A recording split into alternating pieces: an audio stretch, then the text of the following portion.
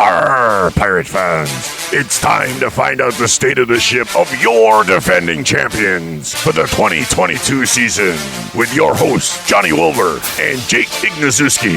And now, brought to you by Resonate, it's the state of the ship. Welcome back into the state of the pirate ship. I hope everybody is enjoying their week. I am here with a very special guest. He's the founder, president, and general manager here at the Massachusetts Pirates, Jawad Yatim. So, Jawad, we're on the bye week, and we always know how important a bye week is. The Pirates haven't had a bye week since week 3. So, talk a little bit about what's happening during this bye week and how important it is for the team, especially going down the rest of the stretch of the season. Well, yeah, I mean, it hasn't been a secret that we've been, banged up here. So, obviously the week off, allows guys to kind of get their bodies back and freshen up a little bit for this final run, that we're about to make. So, it was a lot of consecutive games in a row. It took a toll on us, but, that's, no different than what the other teams have to deal with as well. So, we see where we can improve. We're trying to make those improvements, right now, and put the final pieces together and make a run at this thing. And something that you spoke about when we talked last, and it's funny that we talked to Jawad on episode 4, and now we're on episode 26. It's crazy how fast the season goes. But you mentioned that this season you wanted to win the first championship again, and you wanted the team to go into it like last year didn't happen, and you guys had the same motivation going into this season. So especially with some of the new guys and some of the returning guys from last season, how have you guys tried to differentiate last season and this season and just focus on this season and keep last season in the past? Well, yeah, I mean, at times we refer to last season, and when, we're trying to, provide examples of how, things might have been done that ultimately helped us win a championship. But, yeah, I mean, last year it doesn't really pertain to what we're trying to do now. There's a lot of new guys here, a lot of new faces that weren't even, in the building when we won a championship. So, it's nice to have that experience, and to know that, we've done it before and to have that confidence. But, it doesn't really mean much now. A lot of new faces, a lot of new guys, and we're just trying to get them up to speed and have them out there competing at a high level and giving us chances to win ball games. So, yeah, I mean, last year was great, but, it doesn't really make much of a difference now. We're focused on Sioux Falls and our game next weekend, and that's really all that matters right now. And talking about some of those new guys, you guys had a new quarterback under center in Duke City, and that all came together. It's close to that Duke City game, and especially with guys like Taz Wilson coming in the week of the game. How do you try and help the new players get acclimated as quickly as possible? Yeah, I mean, it's not always the easiest thing to do, but we got some great coaches here, and they're able to get the guys up to speed pretty quickly. I mean, you got to think, Taz, wasn't able to get a single practice in with us. We don't keep 3 quarterbacks on the roster, and we kind of had a little freak injury, in the middle of that week. So, being able to get somebody in here that quickly, not have any practice and go out there and really give us a chance to win the ball game is pretty remarkable. And then, obviously came out last week and he did his thing. He played extremely well, took care of the ball, made good decisions, was accurate, put us in a position to, take control of the game and not hurt us. So, that's important. But yeah, him along with all the other new guys, that's just part of the job. You get a phone call and we ask you to be here at a certain time. We expect you to be here and we expect you to pick it up quickly and be a contributing factor to the team. And if you're not, then we got to do what we got to do. But we got some good pieces, some good new pieces that I think can help us win here, and we'll continue to evaluate, and we do that on a weekly basis. Every week we're looking at different positions and evaluating and seeing if there's anything out there that can make us a better ball club. And, specifically looking at the Taz Wilson situation, I bet fans were curious how that all came together, especially after Mike Glass won the game in the final seconds, and then going into that Duke City game, I bet most fans expected in their mind that Mike was going to be under center. So explain a little bit how the Taz signing all came together during that right before the game in Duke City. Yeah, I mean, we found out might have been Wednesday that Mike got hurt, and it wasn't the most pleasant phone call and text to wake up to, but it is what it is. That's just part of the game. And Taz came off the recommendations of a few people. His agent had reached out to us actually probably a couple months ago, and someone from the league had putting a good word on him, and along with Coach Kaiser had mentioned him as well, and the more I dug into his film, the more I like what I had seen, and when you're looking for somebody in that particular position to come in, play right away, pick up an offense quickly, right, while also not having to necessarily completely adjust to the arena game, is there's a lot of things that you need to fall in place to really have it give yourself a chance to win that specific week. So I mean, Taz really checked off those boxes. He played in the IFL this year. He's familiar with the indoor game. He was able to come in and do a good job, but we got to keep doing that. Right. We got to keep, putting ourselves in a position to win. He's got to keep improving. I got to keep improving. Coaches got to keep improving. All the players got to keep improving. We all do. So, that's the expectation, and we're working towards it. And that's what you've mentioned, each and every single week. That's the standard here. And something that Coach Kaiser mentions every single time I talk to him at the Coaches Corner is we're just trying to go 1-0 each and every single week. But it's been really impressive to see how quickly Taz not only was able to pick up the playbook, but also game chemistry with his teammates, his wide receivers, and, also looking at Mike Glass as well. It's been pretty remarkable how anytime starting quarterback Alejandro Benefield goes down, you find a way to find somebody to fill in perfectly. It's just next man up, do your job. And so talk a little bit about how impressed you've been with a guy like Mike Glass, especially coming up clutch in multiple games in the final seconds. Yeah, I mean, Mike, Mike's got that it factor. He's a great talent. But one thing we'll always have here is we're always going to have two starting quarterbacks. One guy might just be the one actually out there, but both guys are starting caliber quarterbacks, and that's one thing that we will always have here. We don't take a shortcut on that end. It can be a situation where, Alejandro's, our guy, but, if I were to close my eyes and just flip a coin and have, either guy start, we would feel good about it, and that's how we run things here. We don't want to be in a position where, someone goes down, someone has to fill in, and we're not completely comfortable with that individual. So, we're completely comfortable with Mike, completely comfortable with Alejandro. Sorry about that. And we're completely comfortable with Taz. He's really hasn't showed us any other reason to not be. So, we feel comfortable with that quarterback room. Obviously we want to get some guys back from injury. We'd like to start to build that depth up a little bit, in that position group. But, we feel comfortable with the guys we got. And, the Mass Pirates will always have, two starters at that position at all times. And in this case, it's three. So, but yeah, we're comfortable with that group.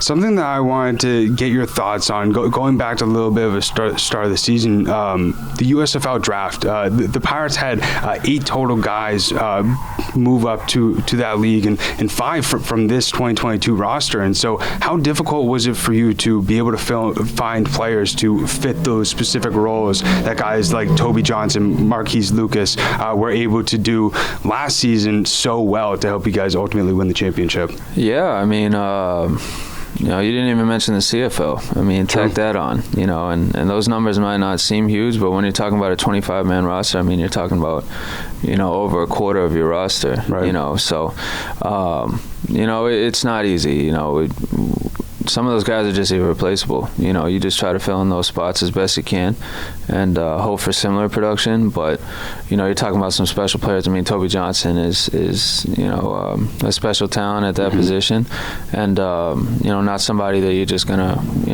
replace like that. We lost our whole starting offensive line from last year, so you had to build a whole new offensive front, and, but the group we got, they're doing well, we lost Van Trell, Corian, multiple guys, and then when you include the CFL, we've lost, some guys as well, guys that we signed in the preseason that we were, hoping to have that got picked up. So I don't know the number. I mean, guys, overall signed maybe upwards of, almost 15, maybe not quite that, but, they're not big rosters. So, you do your best. You work with, different agents, you have your short list, you have guys that you were talking to that you might not have made a move on at the moment, but once a spot opens up, actually that happened with Dedrick Thomas. I had spoke to Dedrick a little earlier in the year, and at the time, we just didn't have the space for him. I mean, if we all saw ahead of time what he would turn out to be, I mean, incredible. We would have brought him in a little sooner, but as soon as the spot opened up, he was our first call. We got him in here, and he's been nothing but special since. So, it's really, you got to do a good job of having your short list, having guys ready to go on call when you need them. And, especially here with the Pirates, I mean, the goal here is to come play, get film, and move on up. And that's what guys do here. They actually do move up. We don't just say it. So when that time comes, it's not like other minor leagues, where a guy gets picked up, they send someone down. A guy gets picked up here, it's, hey, you got to go find someone else on your own, so, and especially in season when everything is done in a lot more timely of a fashion. I mean, you can't make any transactions, after 48 hours prior to your game, in order to be eligible for that specific game. So, the windows are shorter, they're tighter, in season as opposed to the off season and preseason. So you just gotta, you got to be, on point with your transactions and with your short list. And some guys have worked out, some haven't. We don't hit on everybody, but nobody does. But, we're going to continue to look and continue to try and improve our team. And that's honestly been the number one thing that I've been most impressed with since I've been with the organization is how easily guys move up. I mean, we've seen guys in the USFL just balling out that were on the 2022 roster. It's Same with the CFL. Yeah, they don't just get signed. They are huge contributors. I mean, you're talking about, I'd say Toby Johnson is one of the best D linemen in that league. Yeah. Our O-line, everybody from our O-line last year, I mean, Jared, Marquise, Jordan, they're all doing a great job. They're all starters. Ahmad Dixon has made plenty of plays out there. You can, put on Fox Sports 1. You'll see incredible. It for yourself. T.O. Redding has been all over the place. Top 10 plays on Sports Center. He was number 2. It's pretty crazy. So, these guys aren't just getting opportunities. They're taking full advantage of them and doing what they're asked to do down there. So. You mentioned that short list, and that's something that you've probably had to keep an eye on a lot, especially you mentioned at the start of this episode. You guys are a little bit banged up, and it seems like there seems to be a new injury every single week or so. So how's that made your job a little bit more difficult of having to find those guys who will be able to bring the same dominance and momentum that those guys who were sidelined due to injury? Yeah, I mean, that's, I'd say that's the biggest difference from last year was, we were fairly healthy throughout the season. We had specific position groups that, didn't suffer a single injury all year, or guys didn't miss games all year, It was pretty consistent from an injury standpoint. This year it's been kind of all over the place. We've been maxed out on short term almost the whole season, and we got a few guys on long term. We've had a few surgeries so far, so but that's just a game. Everybody deals with it. So it's not an excuse. You just gotta be a little better at your job, than you normally would. Because you obviously account for injuries, but you don't necessarily account for this many. But that's just the reality of it all. But we do a good job with it. and we're aggressive, very aggressive, and we'll continue to be so, and hopefully get the right people out there, and put ourselves in a position to really make a run at this thing. We know what it takes. That's one thing that you do learn from actually doing it. You know what it takes. So when you're not there yet. When you're there. I feel like we're a couple moves away, from really being able to make a push and also get some guys back. Some key guys. I mean, Harlan Miller will be back pretty soon, and he's really been such a great presence for us, since he's been here. So we're excited to get him back out there. So we're looking forward to getting healthy, making a couple moves, and we'll be right there, ready to make a real run at this. Yeah, I think Harlan's leadership is going to make a massive impact in that DB room, and you spoke about some specific areas that you think will really be able to help propel you guys, especially in the playoffs. Is there any areas that you're looking at right now that you're looking to work on, especially with 4 games left in the regular season? My main focus right now is just the line of scrimmage. That's where you win and lose ball games. That's always been the way we approach things. You win and lose ball games at the line of scrimmage, and that's really where our sole focus is at right now. So, most of our efforts are targeted towards, the offensive and defensive line, and just making sure that we're healthy. We got depth at those positions, and, we got guys who can really make a difference. And, you saw it in the Green Bay game. I mean, our D-line was getting after it, right. And they really changed the game there. I mean, that play with Ivan and Jashawn, really opened things up for us, and really, set the tone, moving forward from that play, and then kind of carried us to a win. So, plays like that, constantly getting pressure on the quarterback, being disruptive, blocking well up front, on offense, and opening up holes for your running backs, giving your quarterbacks time to, really read the field, be comfortable back there in the pocket, let plays develop. So, you win and lose ball games at the line of scrimmage, and that's where our focus is right now. And we've really seen those holes open up for the running backs, especially it seems like in the last five or six games or so. We saw the running game be a little bit lacking, it seems like in the first 5 games, but we've seen Martez Carter really step it up, same with Dedrick Thomas. And speaking with offensive coordinator Coach Mark Stout, he mentioned now it's sort of a 60-40, 50-50 sort of offense. So what has been your impression of how the running game has really developed over the season?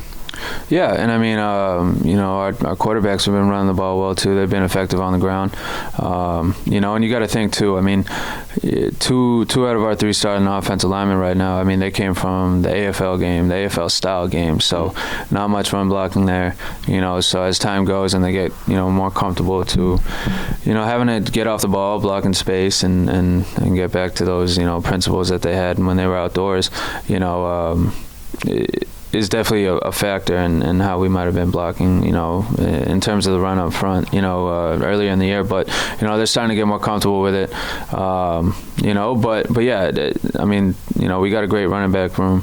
Dedrick and Martez are both great running backs, but Dedrick, if you watch the film, I mean, he's, my favorite thing about him, I think what separates him, from everybody else is that he's going to make the first guy miss. Yeah. And I don't know what the percentages are, but, plays being blocked perfectly, I don't think are as common as plays not being blocked perfectly. Mm-hmm. So you got to account for, somebody missing a block, somebody, not necessarily blocking it the way that we would like. And in that case, you need your running back to be a playmaker, and Dedrick has been just that. So, it's great to have him. He's such a humble kid, and I'd say that's definitely one of our best moves on the year. But yeah, we just got to continue to get better up front, as does every other position. And we've seen him make plenty of defenders miss throughout the season. And we saw how critical the running game was last year with Justin Stockton back there. And it's been really nice to see how it's developed over the season. But one position that, sometimes people forget, but it's so important. And you mentioned in our last episode, you were hoping that there would be, a little bit more of a Oh, I thought that was music. My bad. Oh, no, you're good. You're good. Yeah, I thought there was music playing. But you mentioned in the last episode that you were hoping that there would be mainly one kicker, and you wouldn't have to have as many guys come in. But unfortunately, that hasn't been the case. So, what have you really tried to do in terms of the kicking position throughout this season? I mean, it's definitely been an easier year than previous years. We had Josh obviously to start, and then he got signed by Edmonton, and then we brought in Jimmy. Jimmy got hurt, and then we brought in Craig, and they all did a great job. And then Josh, I'd reached out. He became available again, and I have the utmost confidence in Josh Gable. We've seen him make big kicks here. He's been a consistent player for us. He's not going to be perfect, but neither of us are. Right. But I have all the confidence in the world in Josh Gable, and I know we can win a championship with Josh Gable as our kicker. And that's just the direction that we decided to go in. Craig is a great kicker too, and we wish him all the best. But there's not many guys out there that I would take over Josh Gable, and I'll stand pat on that. I love having him on our team, look forward to having him make more kicks for us in the future, and so we're happy with that. We knock on wood, he's our guy for the rest of the year. But yeah, and it's not easy, not just with the kickers, but with any position. If you have a revolving door at any position, it's not going to be easy. So, but yeah, it's been a more stable presence this year. Everybody that we've had has been effective for us, and we look forward to having Josh moving forward.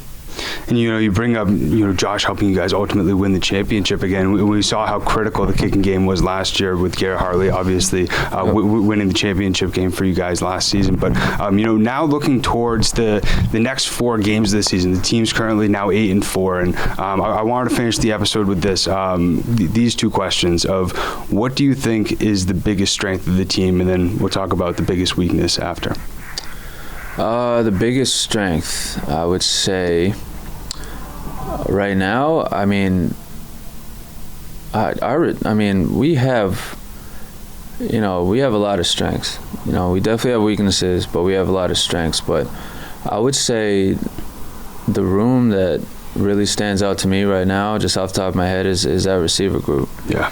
We this might be the best receiving core that we've ever had. Just 1 through 4, really 5 when you put Dedrick in that group, because he really played receiver in college. He just has a build for a running back, and he's played it before, and he can fill that role for us. But he's absolutely a receiver if we need him to be. So 1 through 5, we're absolutely comfortable with them. With any of those guys, it's a great room. They've been very productive this year. We've been able to count on them in big moments. So I would say our receiving core has been great. I'd say that's the first strength that comes to mind. And then our quarterback play has been pretty phenomenal. Some games worse than others, but from an overall consistency standpoint, we can't ask for much more. I think we need to be better against the run. But I think, getting back, our 2 nose guards are going to help with that, which they should be back hopefully sooner than later. Maybe just, run blocking, can improve. But yeah, I'd say, our receiving core has been, very dependable. T.O. is T.O. Darren has really stepped up for us this year. Zico has been, has had a great year so far. Javon is, probably our fastest player and has really helped us in the kick return game as well. And, Dedrick has quite arguably been one of our, actually easily has been one of our best offensive weapons as well. And then, so that receiving group has been phenomenal. Over the last few weeks, one word that Coach Kaiser has really focused on is the word finishing. And we've seen a few games have come down to the wire for this team. And, some Pirates have won and some Pirates, unfortunately, have lost. But especially after those games, what sort of message do you try to instill in the team to motivate them going into the next week? Well, I don't know how much of a message needs to be shared. A lot of these guys are smart players. Mm-hmm. They know as well as we do, right. What we can do better, what we can't do better, or what we can't do in terms of, what we allow, what we don't allow, on the field. So, some of those games really hurt. Green Bay completes a Hail Mary to go in overtime. Duke City breaks the league record in terms of points, within a 20-second span or whatever it was. Things like that are just unacceptable, and that's one thing that, Coach is right. We do need to emphasize finishing. Some games we've done it, some games, we haven't. But, every game that you play is so crucial, especially when it comes down to playoff seeding and home playoff games. And, if we finish a couple of those games and, we're in a better position than we are right now, but, can't really dwell on it. You just got to move forward and make sure that you make those corrections and implement them moving forward. And we hope to be better at finishing ball games and not playing down to our competition and coming out with the same energy and passion that we do, every game. We just want to be consistent from an enthusiastic standpoint, from an energy standpoint and an execution standpoint. We want that consistency there, and that just comes with preparation and just giving a damn. So we need 25 guys who give a damn, and we'll be all right. We definitely saw that energy last week. Deshaun Downey mentioned that it was due to the more competitiveness style of practice, and he said it really helped make the team a lot more. Last Tuesday was, I'd say, my favorite practice of the year. Things got pretty intense there, and we shouldn't have to lose to have it be like that. That's just the energy that we should come out with. Obviously you can't practice like that every day, or else, guys might be a little banged up come game day. But that practice last Tuesday, I feel like might have changed things for us. It might be a deciding factor on maybe the mentality and maybe the way we prepare moving forward. I think it was a great practice, and guys really got after it. And that's what you like to see. Yeah, it was really cool to see the energy from the players after that practice. And, I wanted to finish this episode the right way, talking about the support from Pirates Nation throughout this season, because, you guys motivate us each and every single week to do our best to put on, the best game day possible and put the best product on the field. And so I want to give you a second to, sort of express your appreciation from, not only the support from, people watching the live stream on away games, but also the amazing fans that come out at the DC Center each and every single home game. Yeah, we appreciate all of them. There's some good energy in that building, and we definitely have an enthusiastic fan base, and we certainly appreciate it. It's a point of emphasis, for us, from the business side is definitely to continue to grow the fan base, and but the people that do come to the games, they're fantastic. We can't ask for much more from them, and hopefully, they're enjoying themselves, having a good time, and we continue to strive to give them something good to cheer about, which we felt we've done, but yeah, we appreciate all the support we get, whether you're from here or not, so yeah, thank you. And, I got to tell you, one of my favorite parts of the job is not only meeting the fans, but being able to see how excited they get when the players interact. I got to tell you, I've never seen a sporting event have so much interaction from the players and so much involvement. You even on Fan Appreciation Night, we're throwing a football with the fans. It's been really cool to see how much involvement the players put into the fans to help them have the best time possible. But really appreciate you taking the time today, Jawad, and giving the fans a little bit of an insight behind the scenes of how you've really built this team and brought them to this 8-4 point. But can't wait to see all the success that the team has for the remainder of the season. If you have not yet, make sure to get your tickets for July 16th against the San Diego Strike Force. You can get that at masspiratsfootball.com, also on Ticketmaster as well. But always appreciate everybody tuning in each and every single week. If you have not yet, make sure to subscribe on YouTube. We post the video version over there, or whatever audio platform that you're listening to. But appreciate it, and we'll see you next week. And John's not here, so I'll do it. Arg!